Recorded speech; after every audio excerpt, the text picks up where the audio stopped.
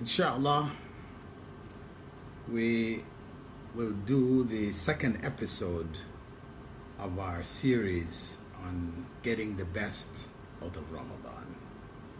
And there are many series like this. Right now, on the internet, there are many scholars are speaking about Ramadan, and everybody basically in the end is going to come to the best.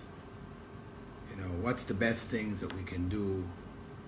How can we best extract benefit from, all of these ideas are shared ideas.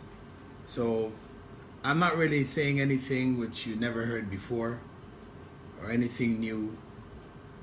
I'm only trying to get us to reflect, again, as we said, in order that we can shift from a traditional Ramadan, a cultural Ramadan, the cultural experience, to the life-changing experience that Ramadan is supposed to be. This is really what we're trying to do. Get to that point where Ramadan actually changes the way that we look at life, our approach to life, how we live our lives. So, in the previous introductory episode, we talked about some of the importance of making that distinction between the cultural and the divinely ordained. What we do as cultural practices and what in fact is what Allah has divinely ordained for us to be doing.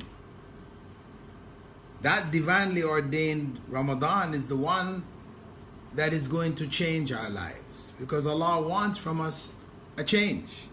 As He said, إن الله لا يغير ما بقوم حتى يغيروا ما بأنفسهم, that Allah doesn't change the condition of people until they change. They change from within. From within themselves, they go through a change.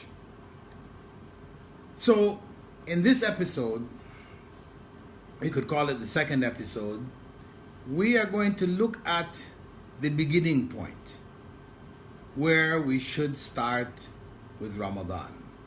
After Iman, accepting, believing that Allah prescribed this for our benefit, not out of any need that He had, we are the ones who stand to benefit from it.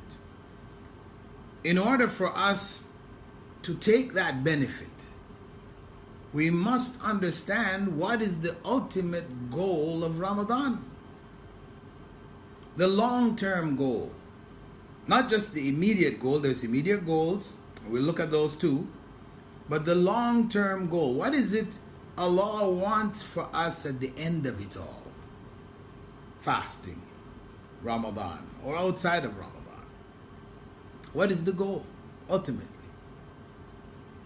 I'm sure you all know. This is not a hidden secret nobody knows about that I'm going to reveal for you now. So you all know. When the Prophet ﷺ was asked by one of his companions to tell him something that they could do which would get them to paradise, he said to them, fast.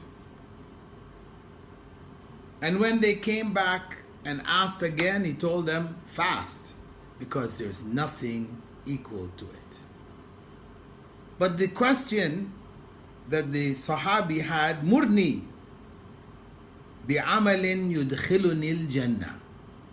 Command me to do something, instruct me to do something which will put me in paradise. This was the most important thing. He came with the biggest question. Paradise. And the Prophet ﷺ said, fast. Fasting will take you to paradise. The goal of our whole lives is paradise. Allah subhanahu wa ta'ala created us for paradise. He didn't create us for hell. He created us for paradise, but He gave us a choice whether we want to go to paradise or not. So that's why the Prophet ﷺ had said, Allah has created a place for everyone in paradise. And He's also created a place for everyone in hell. And it's up to us to choose whether we want that place in paradise or we want that place in hell. So, the fast is ultimately directed at paradise. And this is important for us to keep in mind, because it comes under the general principle, which people like Stephen Covey and others have identified: begin with the end in mind. When you begin anything and you understand where you're trying to get to, then the chances are you can do the things to get there. But if you're beginning something and you really don't know where you're going to get to, what it is that you're heading for, what is the ultimate goal, you don't know, it's not clear in your mind, then the likelihood is you're not going to make it. You're not going to reach there. It's as simple as that. This is just common sense. So we begin with the end in mind. We begin the fast believing that ultimately it will take us to paradise. And that's why the Prophet ﷺ also told us about the door in paradise, the gate called Ar-Rayyan. A gate which is specifically designated for those who fast according to how fasting was revealed. Not just to those who fast, because then everybody would go. All the Muslims would just go automatically. We fast Ramadan, etc. But no. It's only a fraction. There's only a fraction of the people who fast who will end up going to paradise through the gates. Ar-Rayyan. So this is what we have to decide for ourselves. Is that what we want? Have we understood that that is really the goal? Then whatever we do in Ramadan, we should ask ourselves, is that going to help me get to paradise? If it's not going to help me to get to paradise, then we need to put it aside. If it's just neutral, it's not going to cause me to go to hell, okay, we might consider it in our leisure time. But if it's about our important time, our precious time, our prime time, then we should be doing the things that are going to help us to get to paradise. So that is the essence of this episode. Being clear about the ultimate goal of Ramadan.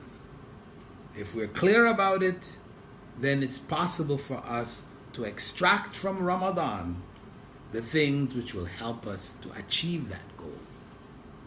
If we're confused, it's an obscurity for us. We don't really know what it is ultimately we're trying to get out of Ramadan, then the likelihood is that we won't. So, brothers and sisters, let us renew our intentions for the fast of the rest of this month, that we make this fast serve, it's a vehicle to help us to achieve the ultimate goal of life, the ultimate goal of fasting, Jannah. May Allah put us all there and help us to get there. Barakallahu feekum. Assalamu alaikum wa rahmatullahi wa barakatuh.